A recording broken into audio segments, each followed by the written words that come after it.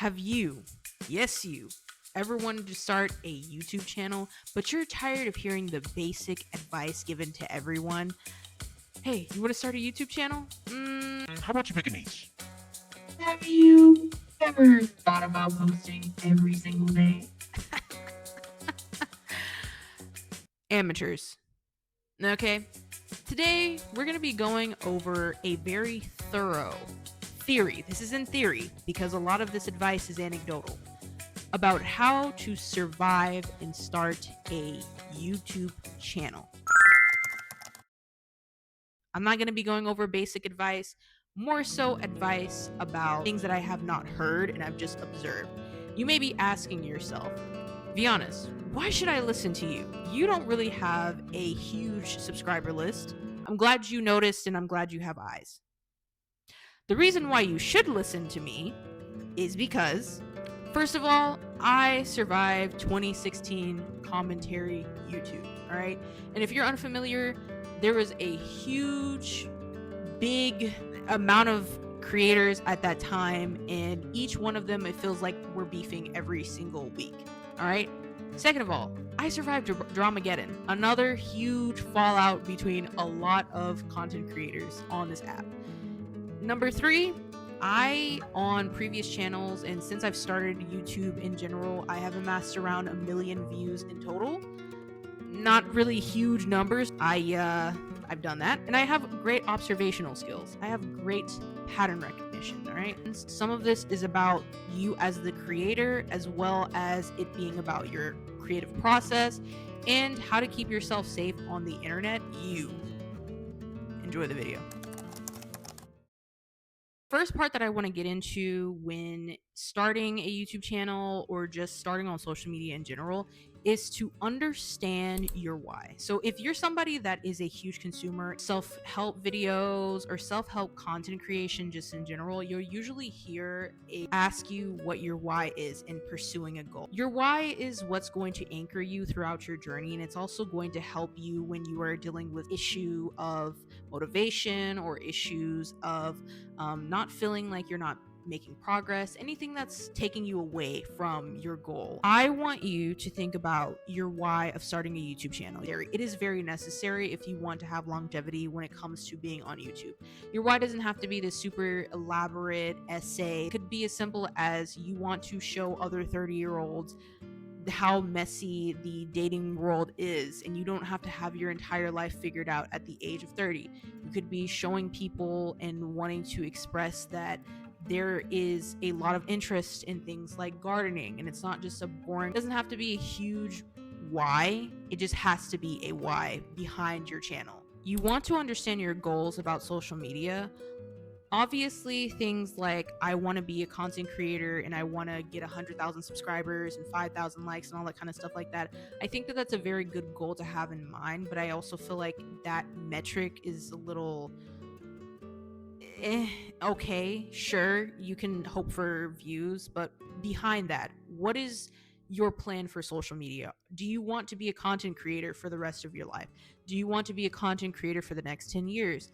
Would you like to use social media as a branching off point for, say, an art career or a music career? Or you want to have more people come on and collaborate with you and make podcasts?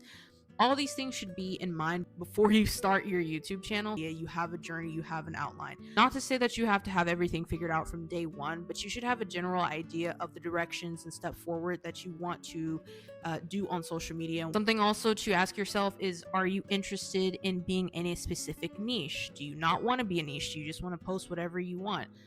A lot of people go with either or, but I think that the broader term here, or the broader acceptance in my theory, is that both work. You just need to know how to do either one.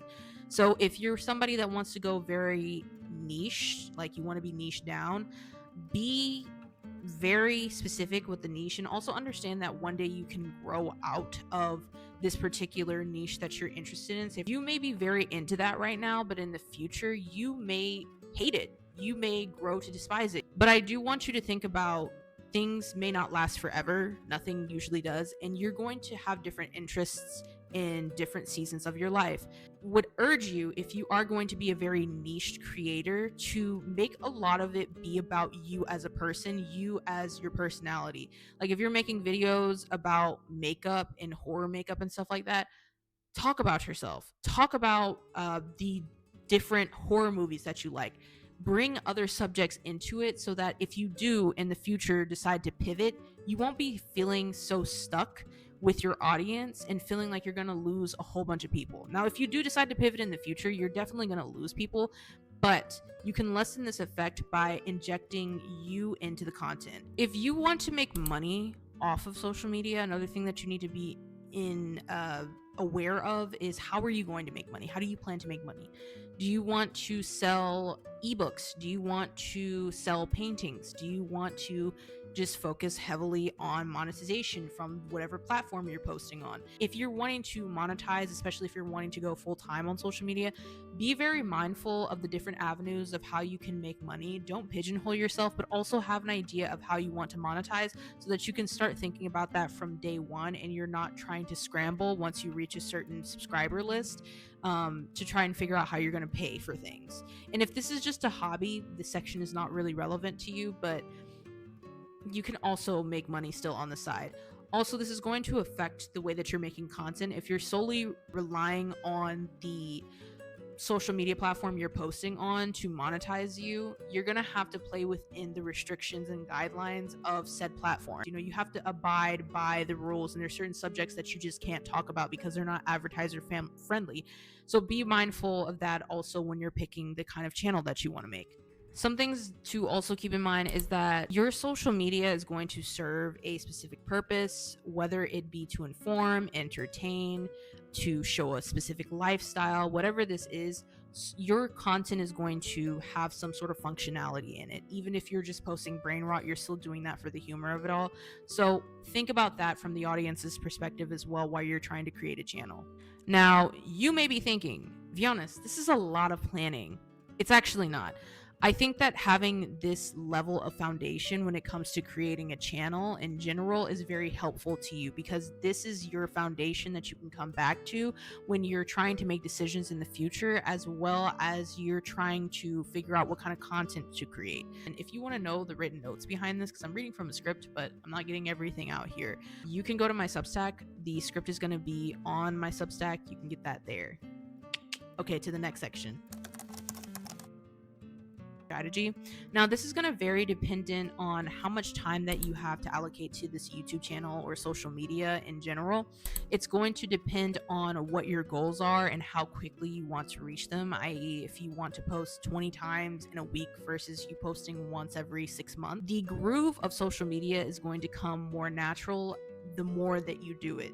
The more that you're posting, editing, coming up with ideas, formatting, all these different things is going to become a lot more clear of what works and what doesn't. Don't try and have this all figured out, like this very strict schedule, starting off by creating at least 3 to 4 videos before you start your channel. You have 4-5 videos already in the chamber, you won't be trying to stress yourself out by trying to reach a quota all the time. Like if your goal is to post once a week, you'll have videos for the next 5 weeks. Keep that in mind, as well as other things that you have to take care of, like if you work a full-time job, if you have children to take care of, if you have animals, pets, all these different things are going to factor into the way that you create content in your schedule with that. Use the cut in the weird framing.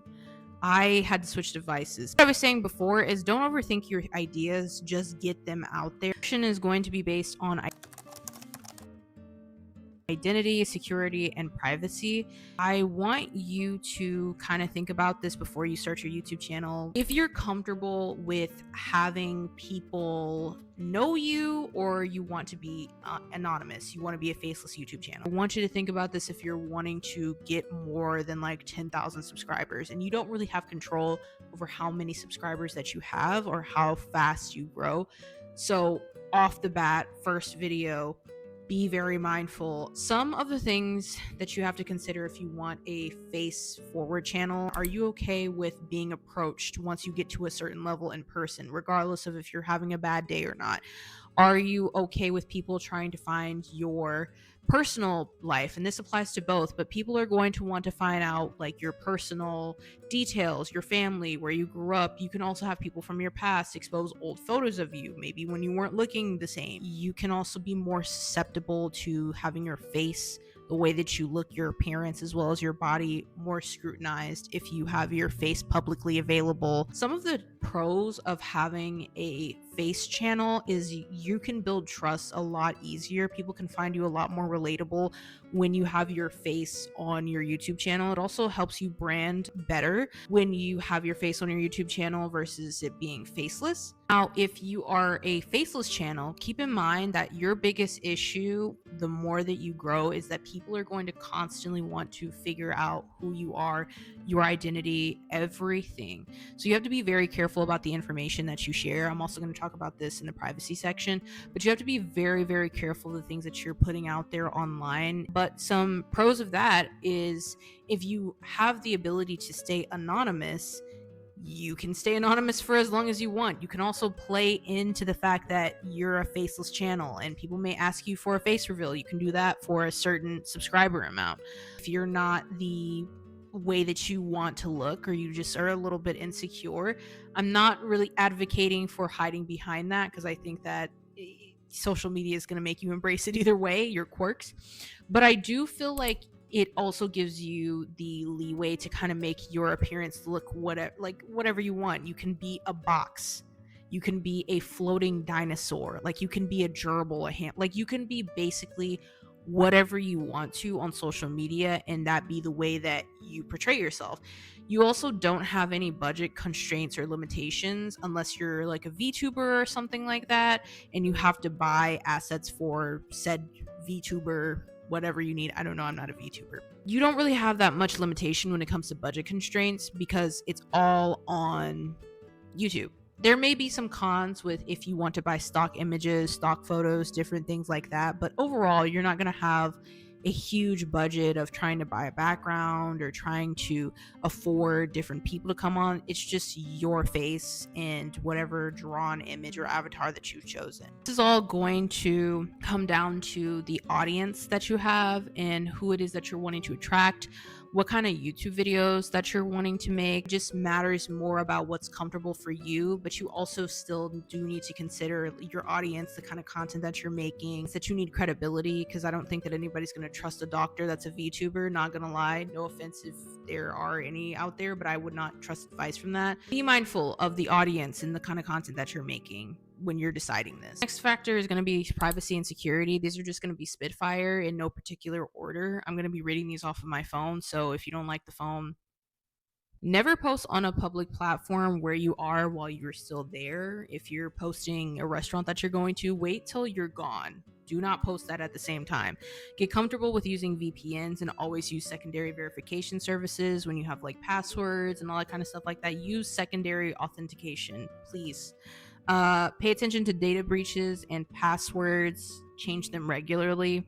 Do not click on random links that are sent to you. Third-party verification site, they have those. You can check if a link is safe or not, if it has a Trojan horse, all that kind of stuff like that. Even with that, still be very cautious. Cautious of people asking you for labor and different things like that, and they DM you like, oh, can I send you this free thing? And majority of the time on social media, things are just not free. Unless it's like a very small creator, all that kind of stuff like that, it's not free. Make sure you verify any email, payment methods, or brand deals before proceeding with any financial investment. If you are getting free PR, if you're doing collaborations, make sure that everything is verified. This is for artists. I know this may be a weird one, but do not accept anyone wanting to paint you and trying to have you send them money or whatever. Like, please don't fall for that. That is a scam. If you are a vlogger or an influencer, or you make videos about you doing challenges or anything like that, please do not list very specific information about, hey, I'm a 21-year-old living alone in Kansas City. Don't make videos like that, please. I know it may be like, oh, I'm just trying to be niche, I'm just trying to be aesthetic, but you are giving people a gateway into knowing exactly who you are, how old you are, where you live, etc., etc. I'm even wary about like posting things about birthdays, which hopefully this comes out before mine. Anyways, be very wary about the information that you're posting on social media. Do not share personal information about your family, where you work, what city you live in, any routine that you may have, where you go to work, what time you go to work, your schedule in general, like things like that. Do not share that information. My tip for you also, make a list of things that you are comfortable with the internet knowing and not comfortable with the internet knowing. So this is going to be a list for yourself. There are real serious implications, and unfortunately you cannot control who sees your content. You don't know if there's somebody that has a horrible obsession with you, or there's somebody that's like a grandma that's like watching your content and just loves it and sends it to their grandkid. You don't know who's watching you at the end of the day, so it's better to be safe than sorry. And this may come off as like being paranoid. I'm not. I've seen people get doxxed, leaked, all kind of different things, and their lives being threatened and danger and stuff like that. It doesn't happen that often, but stalkers are very common on the internet, more common than you may think. If your account has history on it, i.e. if you have a YouTube channel and you've been posting since the age of like 14 and you're like 25 now, please, for the love of God, go back, look at the history, and make sure that everything that's on that channel is reflective of you right now. Okay, I don't mean that you've been making videos consecutively over the past 2 years. I mean that 10 years ago you were a brand new person. You had other opinions that may not be the most friendly or appropriate. They may be extremely heinous. Go through, delete those things, especially if you've changed your opinions. Why would you let an old version of yourself speak to who you are at this present day? Do that. Cleanse your social media. Partner, if you're in a relationship, the internet is going to feel entitled to anything with that relationship. If you're going through issues and people can tell, they're going to ask. If you are dealing with a breakup, they're going to want to know details. If you are getting married, they're going to want to know where you're getting married. Be mindful about sharing your partner's information. If your partner has social media, all these kind of different things like that. Not saying that you need to be afraid of it, but just be mindful that the internet can also be very heinous to not only you, but your partner, your friends, your family, anything like that. Any relationship that you have, people, the more that you talk about it and the more in-depth and extensive that you go with it, people are going to feel very entitled to come with it. So if it's something touchy, if it's something that you don't want to hear about for the rest of your life on the internet, don't mention it. If you're making story times, opt for anonymity with people, jobs, or any sensitive information, because if you're talking about your job, complaining about it, they can find it. Not even gonna lie to you. Like, it takes only one person to see it that knows you in person and sends it to your job. It's very easy for that to happen. Be mindful. And none of this is to scare you or feel like you can't talk about anything on the internet. Nothing like that. But I just want you to please have consequences to them. The kind of content that you create is going to bring a particular audience. If you do not like a specific type of person, do not make content that caters to them. There are certain people that are like grifters that are very much so surprised when their audience has their same beliefs or even further extreme beliefs than they do. Don't be surprised, okay? Don't be surprised when your audience members echo the same kind of horrible, rancid beliefs that you do. Cows are a thing. Please, for the love of God, this is also another reason why I'm making this section. If you are somebody that is showing your entire life process, there is a line that you have to walk between you sharing everything, maybe being very vulnerable, and it becoming a point where you seem like a victim. People do not like victims on the internet, okay? They don't. If you're complaining, e-begging, dry begging, whatever, people have a tolerance for it. They have a limit of patience. You can ruin your career. You can ruin your reputation. I also want to say, if you're a marginalized person, your margin of error is a lot less. You can misspeak. There are 10 times more of backlash versus somebody that does not talk about their identity and stuff like that.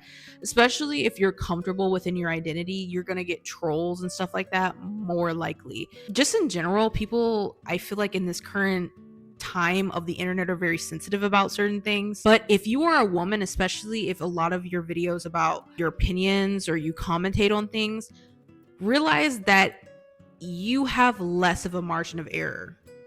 It's easier for you to get canceled, especially if that's the only type of content that you do, is that you make hot takes or like you talk about your opinions with certain things. Sorry if I just spit on you. Something that I want to mention is controversy, something that I missed before.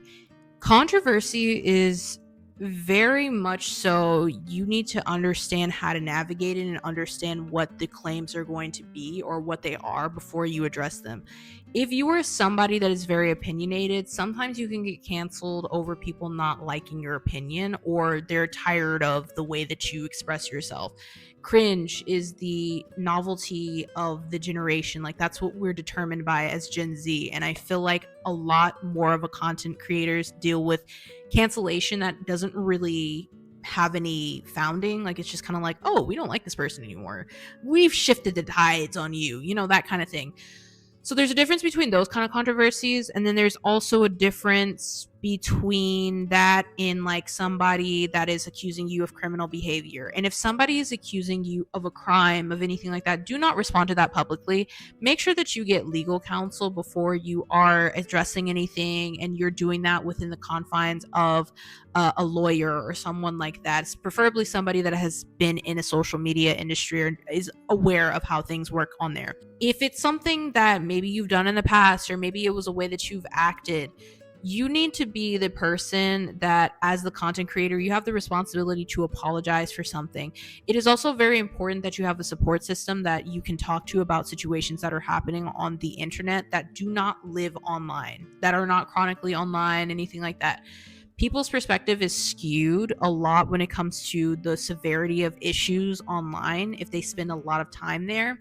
So having a support system, and I'm going to talk about that later, a support system that is not always online, that is not super focused on like internet Google Gap, is going to be very helpful for you to have in your corner. But I think that you as a content creator need to be aware of whether or not is it worthwhile to say something about it. Like, if somebody's giving you nothing burgers and is trying to cancel you, it's really not worth it to say anything. But again, if people are canceling you, putting you in controversy because you're friends with somebody that has done something actually criminal, or something that's just wrong, it doesn't necessarily have to be criminal, you may want to say something about it. It may make things worse, and this is why you also kind of have to know your audience. You should respond is up to you as the creator. You don't owe anybody anything. You can shut off the computer.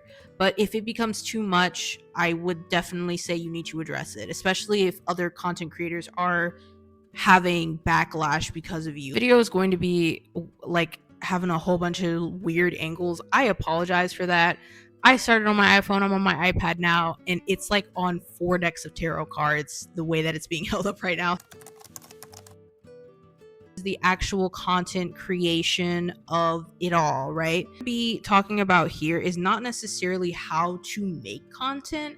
It's more so about what kind of things I want you to keep in mind. First of all, make sure that if you're making videos that you want to monetize in the future, you're not using anything copywritten, you're not using any assets that are stolen, anything like that. YouTube uses an AI detection, so even if you think you're being sneaky, eventually it'll catch up and get you having your profits taken away, or if somebody claims it, they'll just take your money. It depends on the record label, it depends on a lot of different factors and stuff like that. If somebody wrongfully claims it, and you know that it's very wrongful, you can fight that. Even if you're like humming things, sometimes the detection can pick that up. Do with that information what you will. General assets, I usually go on Pixelbay and Pixels. You can look at those in the description. I'm not sponsored by them. So I use defont.com. Make sure that you're using 100% copywritten free fonts on there, and make sure that they're either like public domain as well. You can use for profit, or donationware where you have to donate to the person. Or editors, you can use things like CapCut. DaVinci Resolve I heard is good. I've tried to use it, but it crashes a lot on my computer, but that's just probably because of my specs. Canva, I think, has their own editor. Sony Vegas Pro I used to use. You can use Adobe Premiere as well, just depending on what your budget is. People in the comments, let me know if you have any free editors. I don't even think Windows Movie Maker is a thing anymore, so unfortunately I don't think that's an option, but that would be great. If you're making video essays, or you're making like vlog style videos, make sure that you understand how to put information together thematically, as well as you get how to write things in an entertaining fashion. Make sure that you have an intention, even when you're filming vlogs, about your argument, or when you are writing a video essay, you're trying to convince the audience member of something. be aware of that before you start even scripting the video. Watch all kind of different medias. Don't just watch YouTube videos full of watching too many other YouTube videos as well, because you can start to be a regurgitated version of people that you watch on the internet. Watch movies, listen to music, listen to these different things and see what you can take from them. Use other inspirations. When you're filming videos, how you want to edit them is going to change the way that you film them, if that makes sense. Like if you are filming a video that's like I'm doing right now, a talking head video, it's not going to take me a whole bunch of edits to put this together, versus if I wanted it to have like background and I want to have music and all this kind of different things, it would change the way that I'm filming it. So broke on making a single video, that's not really helpful. If you want to use collaborators, usually go on the same level. I think collaboration is really good because you can cross-pollinate audiences, but don't become overly reliant on collabs if that's not what you're trying to do. This is why I was talking about in the beginning, understand what your goals are for social media. Make videos that you wish were a thing. Please look at your analytics and engage your audience's retention. If they're watching the entire video, that is a good sign that they like what you're doing. If you have a small audience and you have like a small pool of people and you don't really know what your audience likes, this is the perfect time to experiment. Do different formats. Do not become codependent on trying to recreate or even make a viral moment. That's not helpful for you. That's going to make you pigeonhole yourself and not use your abilities to the extent that you can. Most of the time, if you were a YouTuber, you're probably going to be someone else's clone or dupe, or somebody may comment to you and be like, you remind me of this person. You look like this person. Da da da da. Personally, I can't tell you how to react to that. I don't really take offense to it because it hasn't happened to me. But if that happens and you're offended by it, change your content, change the way that you're doing whatever. I mean, unless it's something with your appearance and you don't want to change your appearance, you're free to change. You don't have to be in someone else's shadow, some other big YouTuber shadow, because that gets very exhausting and annoying when people are constantly comparing you. Know when to cut things out of a YouTube video. Settings on YouTube, your upload settings, save them so that you're able to reuse them in the future. Have a whole folder in your computer. I hope that you're editing on your computer, but even if it's on your iPad, whatever, save that to where you have an asset library of things that you typically use so that you can save time in the future. Try to make it to where it's brandable. You're using kind of similar assets, like similar fonts, similar music, similar different things, so that you can become kind of known, and you can also save a lot of time with editing. Because I'm going to be honest with you, editing for me personally takes the most time. Pay attention to your audience's suggestions as well. If your audience likes a certain kind of video or whatever, make more of it. Also, if you make a viral video and that is not what you want to have your channel be focused and based on, guess what? People are probably going to be asking you to make videos like that said viral video. Anything can be used as a unique storytelling process, whether that be a prop, transitions, the music that you make. Everything can be used in the terms of storytelling. This part is going to be about social media, networking, and management. So if you are somebody that is an influencer per se, you can actually join an agency. Some of them will have parameters like you have to have this much watch time, you have to have these many subscribers, this kind of thing, this many followers, whatever, on said social media platform before they accept you. But if you do get an agency, you can get more context and opportunities through said agency. They are going to take a percentage in most cases, and that depends on said agency. You can also just get a manager, and they're going to kind of do the same thing, but a manager is going to be a lot more one-on-one versus if you join an agency or not. Another thing is, if you are an influencer or somebody that gets PR, be mindful that you may still have to pay taxes on PR that you get.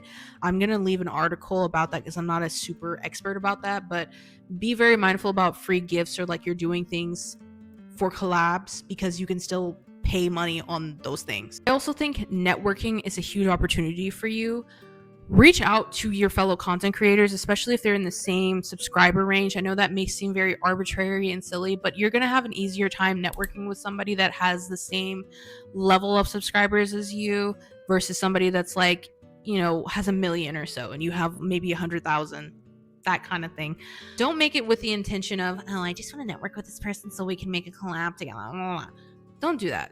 Be genuine, please. You can actually make friends out of people on social media. Still should be generally very genuine and cordial with people unless they've disrespected you. And that's why I was saying pay attention to people's records, pay attention to people's reputation, because it is important. Compliment other YouTubers, be nice.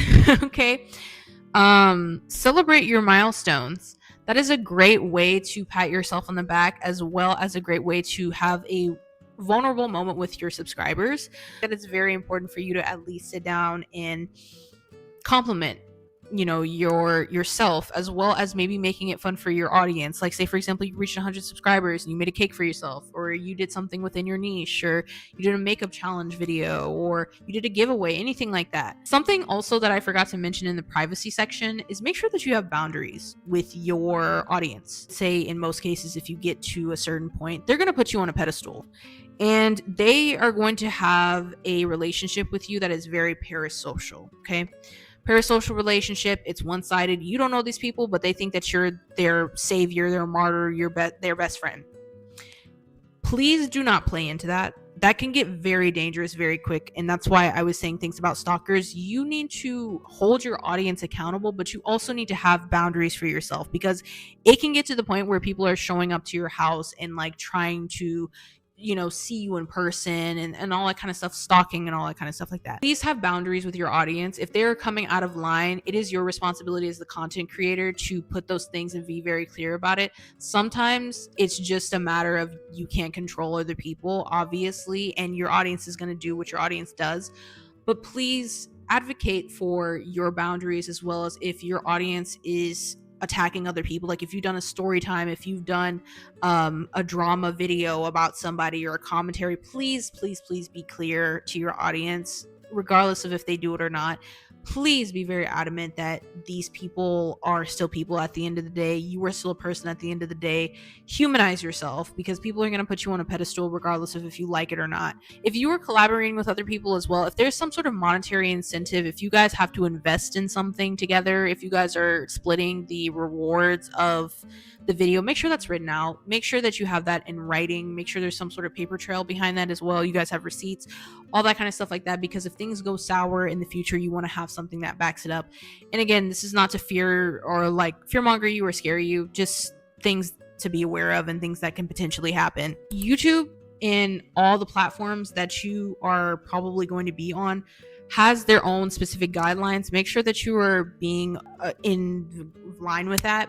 I would read them, just being honest.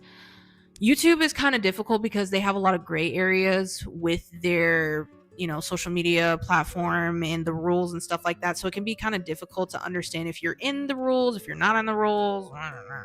And the last part, which I think is the most important part, if you take nothing else from this video, please take this. Please heed my warning. You need to have community. You need to have community outside of social media. If you are a content creator, you want this to be something long term, you want a career out of this, you need to have people that are preferably on your side, in your corner, outside of the internet, that do not go on social media chronically. Yeah, they may share a Facebook post, all this kind of stuff like that, but you need people that are there, that are going to hold you accountable, as well as be on your side, because the internet is a very nasty place. Okay, as we get more into this era of like AI bots commenting on people's stuff and like being very reactionary and all this kind of stuff like that, there is way more of a need now, more than ever, to have community outside. Because if you are somebody, especially if you're socially outcasted, YouTube can become a way that you are allowing yourself to experience some sort of joy that you don't get in person. Like you get more of an ego stroke when you post online, because you have people that are around you that like you on social media and stuff like that. And it can quickly become a very dangerous echo chamber and continuously make your ego feel way more inflated than it actually is. And then when you start getting hate, it feels 10 times worse. When you start getting some sort of controversy, it feels 10 times worse. And if you don't have anybody in your corner that's like supporting you or telling you like, hey, reminding you of why you started this in the first place, or reminding you like, hey, there's still a world offline, it's going to be really difficult, and you can mentally deteriorate from just spending all of your time chronically online. So please First of all, take breaks. Second of all, make sure that you have community outside. I don't care if it's your best friend, your mom, your church community, whoever it is, you need to have in-person community. Preferably, I would prefer them not be chronically on social media, because even that can skew their judgments about things that are going on. And, like most things, content creation is not a good or bad thing. These all are nuanced topics. So, none of this is really to put fear into you or be like, you can't do this. Like, this is not a rule book that everybody on YouTube follows, obviously, or else I wouldn't have all these rules. This is more so, I want you to keep these things in mind when you're engaging on YouTube and trying to become a creator. These are just my survival guide things, like I said, from anecdotal experience as well as from observing other people's downfalls. Really fun. It's a great outlet. You can have a lot of opportunities and doors open for you if you are able to look at this from a great perspective. If you're thinking about your strategy from day one, it can be really, really good for you. If there's anything that you have additional tips about, like if you're a YouTuber or something that you've observed, let me know in the comments below, as well as if there's something that I missed that you want me to talk about. I know, like, I didn't really get into the subject of like finances because I don't think I can really talk about that on YouTube, but if there are things that you want me to talk about, I can make a part 2 to this, as well as like maybe editing tips and tricks, all that kind of stuff, all that, whatever. But yeah, I've left some articles down below on social media, because shameless plug, follow me. Hey, follow me on social media. Follow me on TikTok. I've been posting more recently there. Follow me on Instagram. Hopefully this goes out before my birthday. If not, wish me a belated birthday down below, or else I'm gonna be looking at you. I'm gonna be pointing at you. Pointing. Yeah, I hope you have an amazing rest of your day. That's all I got. Bye.